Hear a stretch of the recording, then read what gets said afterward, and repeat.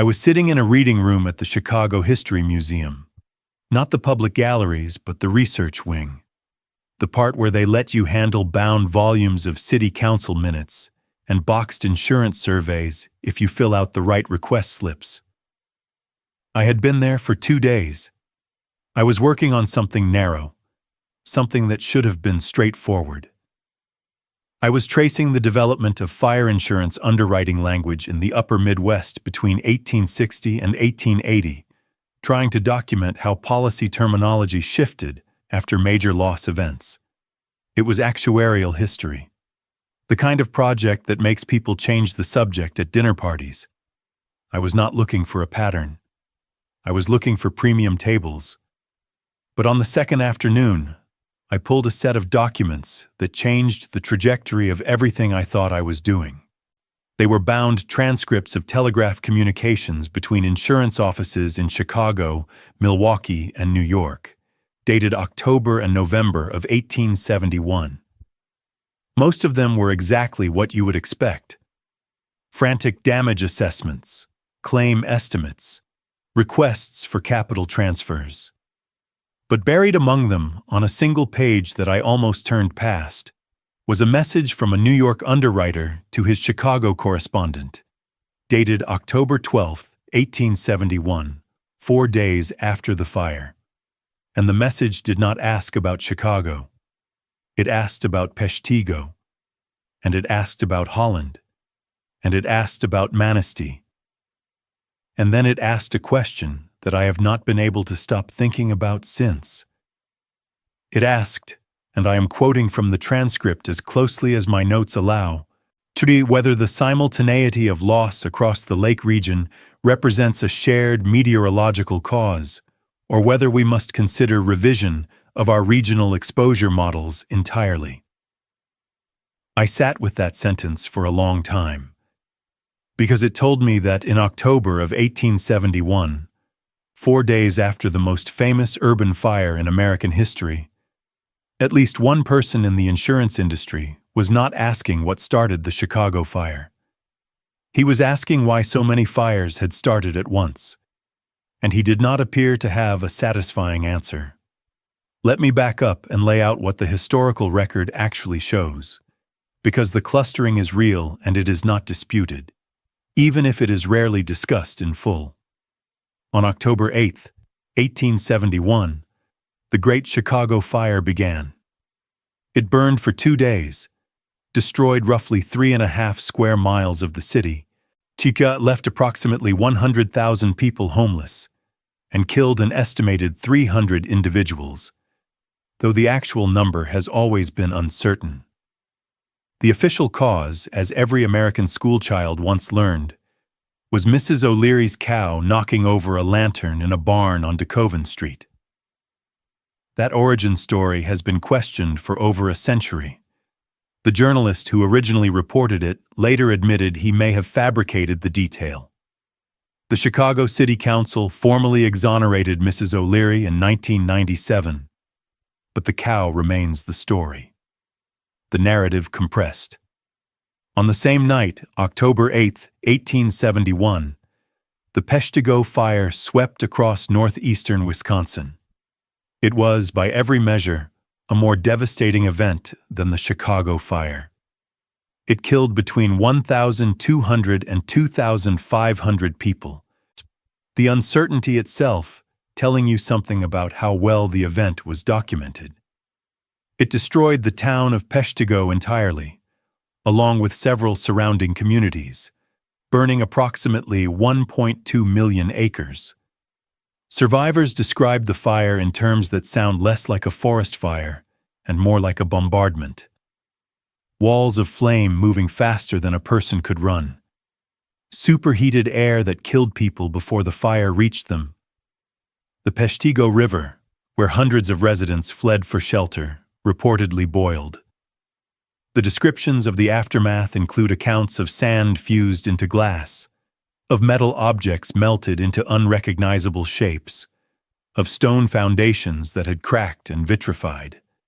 These are not the characteristics of a typical wildfire. They are the characteristics of extreme thermal events that exceed what burning wood ordinarily produces. The standard explanation is that the Peshtigo fire generated its own weather system, a fire tornado of such intensity that it created conditions far beyond normal combustion temperatures. This is plausible.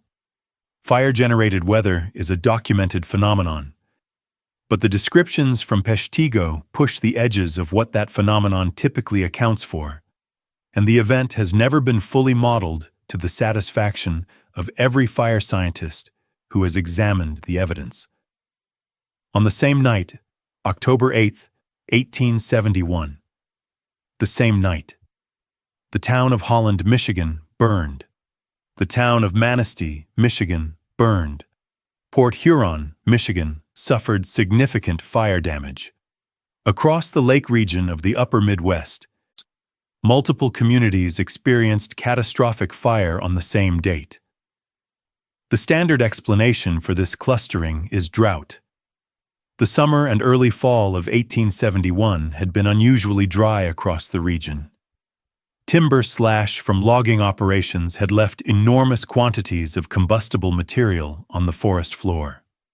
Strong winds on October 8th pushed existing small fires into conflagrations. All of this is true. All of this is well documented.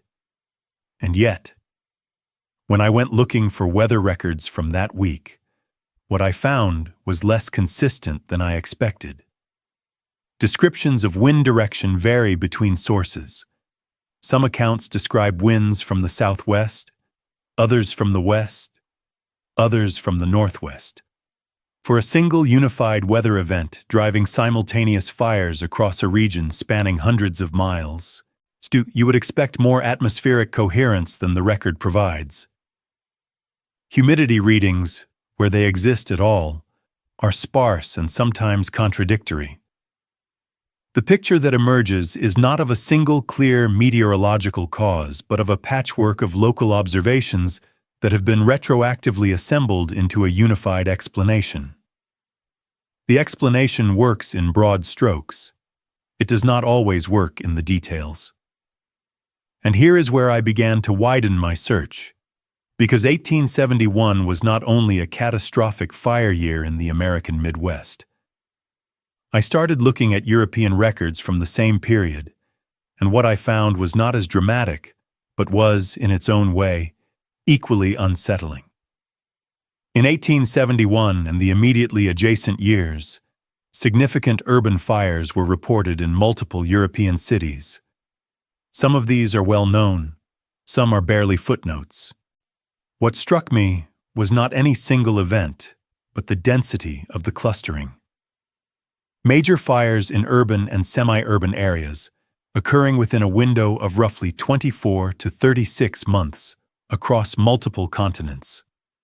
Individually, each one has a local explanation: dry conditions, wooden construction, industrial accidents, arson in some cases. But collectively, the pattern raises a question that I have not seen adequately addressed in any of the standard historical literature. Is there a baseline rate at which cities burn, and does the 1871 window exceed that baseline by a statistically meaningful margin? I do not know the answer. I have not found anyone who has rigorously attempted the calculation. And the absence of that calculation is itself interesting, because it suggests that the question has not been considered worth asking.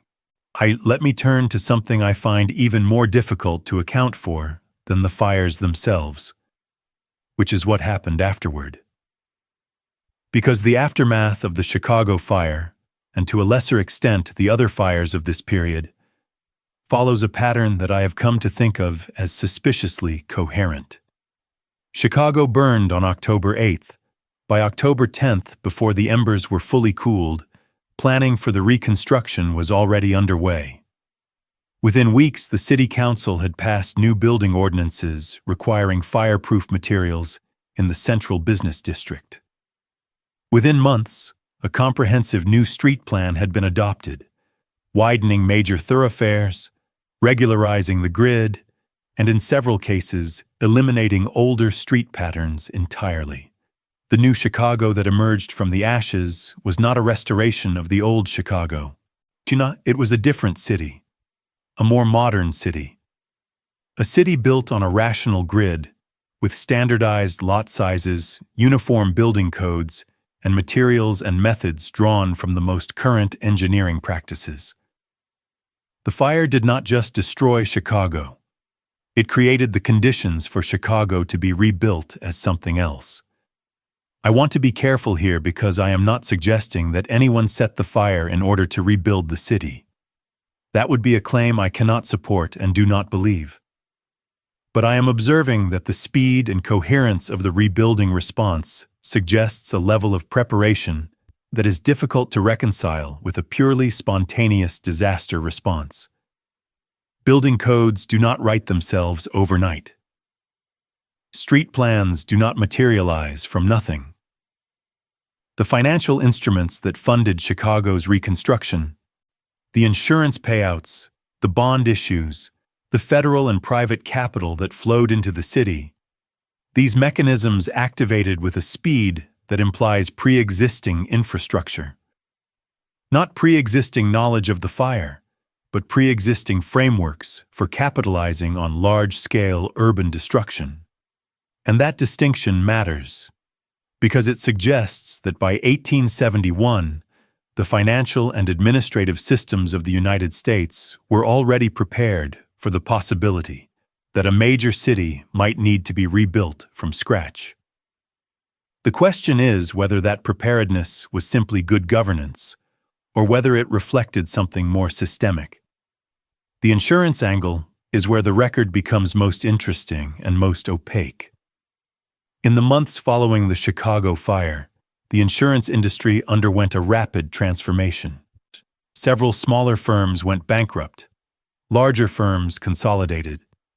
Underwriting standards were rewritten, and premium structures across the entire country were recalculated based on lessons learned from the Chicago loss. This is all standard history.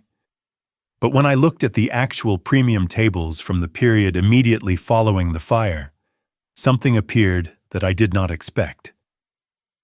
In some cases, premiums in rebuilt areas of Chicago were lower after the fire than they had been before it. Lower. For a city that had just experienced the most catastrophic urban fire in American history. The explanation offered in the underwriting literature is that the new fireproof construction reduced risk below pre-fire levels. And that explanation is perfectly logical. But it also means that the insurance industry, within months of the fire, was already treating the rebuilt city as a better risk than the city that had burned. The fire, in the eyes of the insurers, had been an improvement. I need to talk about what was lost, because the conversation about 1871 tends to focus on what was built afterward, the gleaming new Chicago, the modern infrastructure, the civic renewal.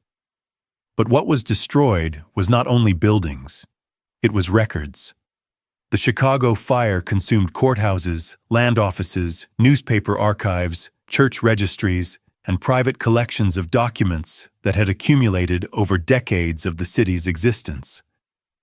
The pre-fire history of Chicago, such as it exists today, is reconstructed from surviving fragments, from copies held in other cities, from memory and oral tradition. There are entire neighborhoods whose physical layout, ownership records, and demographic composition are essentially unknown because every piece of paper that documented them burned in October 1871.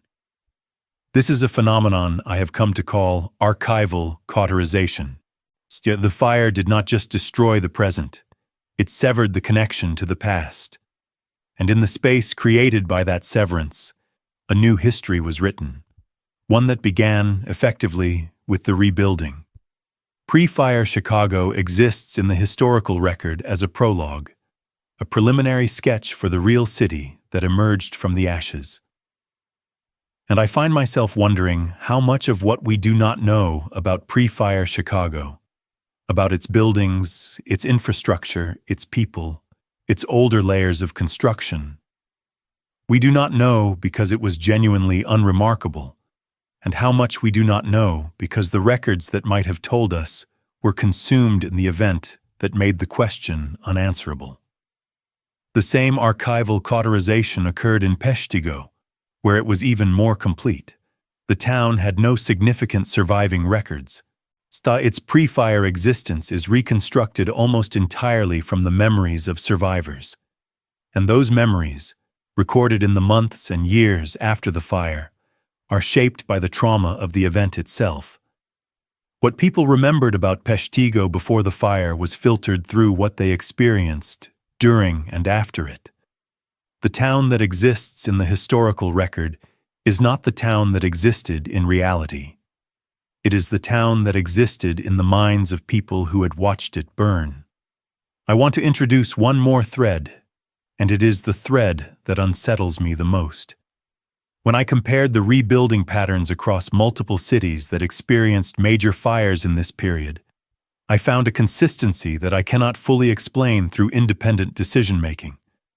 Street widening, grid regularization, adoption of uniform building materials, establishment of professional fire departments where volunteer systems had previously operated, codification of building standards, creation of new municipal record-keeping systems. These changes occurred in city after city, in country after country, in the years immediately following major fire events. Each one can be explained locally. Each city council made its own decisions.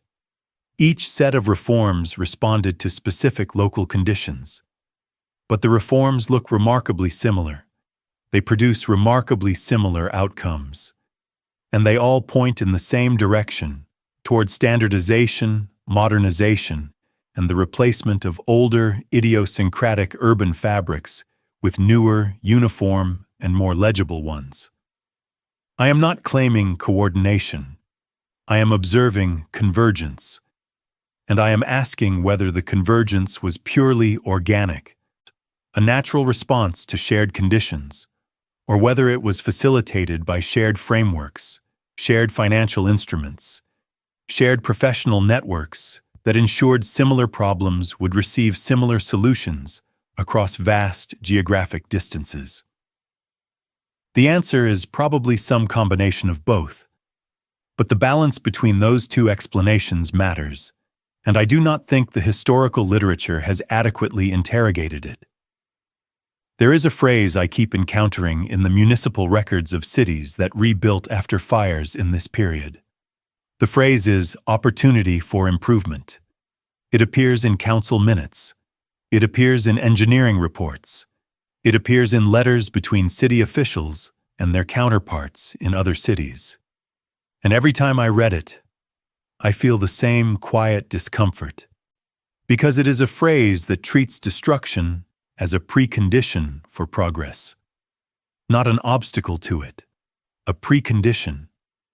And once you see that logic operating in the administrative record, it becomes very difficult to read the rebuilding narrative as simply a story of resilience and recovery. It is also, and perhaps primarily, a story of replacement. Of one kind of city, older, irregular, built on accumulated local knowledge and tradition, being replaced by another kind of city, modern, standardized, built on professional engineering and centralized planning. What was the older city like? In most cases, we can only guess, because the records burned, and the city that replaced it was designed to be the only city that mattered. I have been working on this for long enough now that I recognize the danger of the pattern I am describing. It is easy, when you find clustering in the historical record, to mistake coincidence for coordination. It is easy to see convergent outcomes and infer convergent intentions. The human mind is built to detect agency, and when you spend enough time in archives, you can start to see invisible hands everywhere. I am aware of this. I am trying to resist it.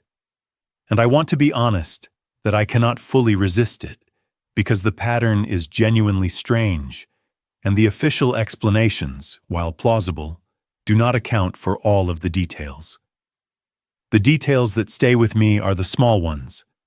The descriptions of vitrified sand at Peshtigo, the insurance premiums that dropped after the fire, the telegraph message asking about simultaneity, the speed of the rebuilding plans, the phrase, opportunity for improvement, the missing records, the standardized reforms. None of these details individually proves anything, but they cluster, and the clustering has a shape. And the shape suggests that 1871 was not simply a year when things burned. It was a year when the relationship between destruction and development, between loss and modernization, between what was remembered and what was allowed to be forgotten, shifted in ways that we are still living inside of. I keep coming back to the city that existed before the fire, the Chicago that no one alive has seen, the Peshtigo that exists only in the words of people who survived its annihilation, the older street patterns that were replaced, the buildings that were demolished rather than repaired, the records that were not recopied, the layers of history that were treated as irrelevant to the gleaming new thing that was being built on top of them. If 1871 was a hinge, it was not a hinge between disaster and recovery. It was a hinge between two different ways of understanding what a city is, what records are for, and whose version of the past gets to survive into the future. And the version that survived, the version we inherited, is the version that was written after the fire, by the people who built what came next, on the ashes of something we can no longer see clearly enough to describe. So here is the question I cannot answer, the one that sits at the center of everything I have found and everything I have failed to find.